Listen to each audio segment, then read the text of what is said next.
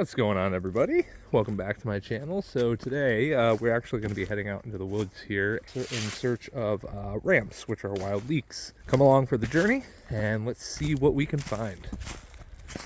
I pointed those out in a couple of my videos previously, but those are artist conchs.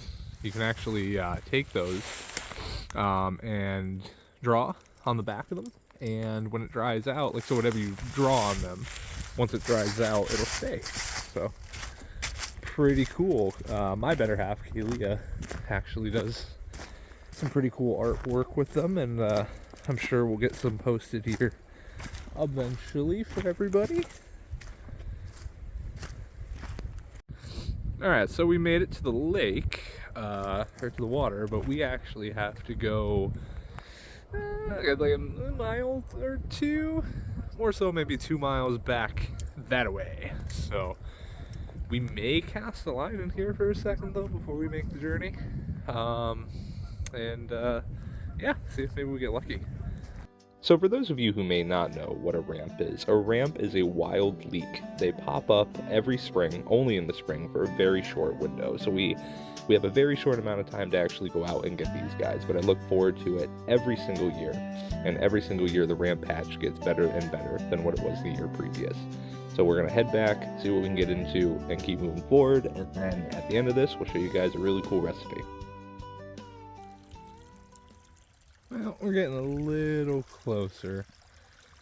I've been coming to the spot for years, harvesting here, and every year I get super excited to walk down here again and collect them and give them to a bunch of friends and get a whole bunch of delicious goodies out of it. So, and I tell you what though, it's a beautiful day for a walk back here, man. Nonetheless.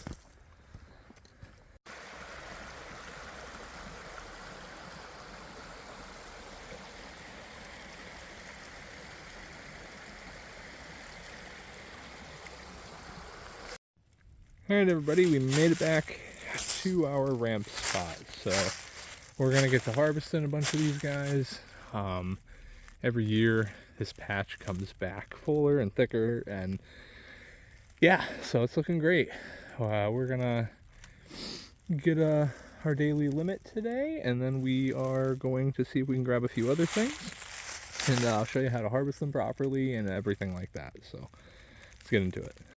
Alright, one thing I wanted to point out to you since we're back here is you'll notice this little stream coming off the mountainside here. Ramps, they love water. They love water. They love good fertile soil, like very rich, dark, loose soil, and they love these slopes. If you notice, we are on a slope right here, coming down off the mountain side right here. So they love that as well. So just a couple little tidbits if you want to go out and try to find these things yourself. So sweet deal. Let's get into harvesting some of these. All right, so we got a pretty good amount going so far. Now with harvesting these, a lot of people say to get down there, like the knife I have here now. I'm just using this to kind of dig around, but they'll say to get down there with this and cut it in half, and it'll make sure that it will pop up again next year, that same plant. I haven't found that to really be the case. This patch has been coming back right every year, looking more and more full. All I do is I just make sure to pick responsibly and reasonably. That's it. So I haven't seen a need to actually get down in there and like cut them. I've actually seen that they still die if I do so. So just my 2 cents on it, that's all. Alright, we got our haul for the day. 3 days later. Alright, so we got our ramps back. I mean, we got a lot more than this, but we're going to use this for one of the recipes that I'm going to show you, and we're going to make a potato and leek or ramp soup. First things first, of course, these were harvested from the woods. They were pretty dirty when we got them, so we want to give them a good washing and get everything nice and cleaned up, along with anything else that, like your potatoes and whatnot. These don't count because they're in a package.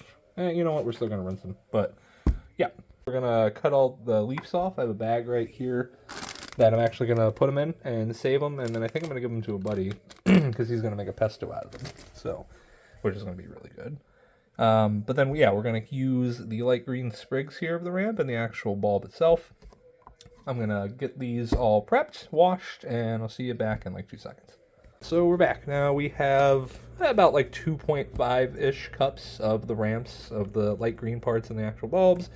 And then we have our leaves that I'm actually going to turn a pesto, or my buddy's going to turn a pesto into, or turn them into a pesto. So yeah, let's carry on.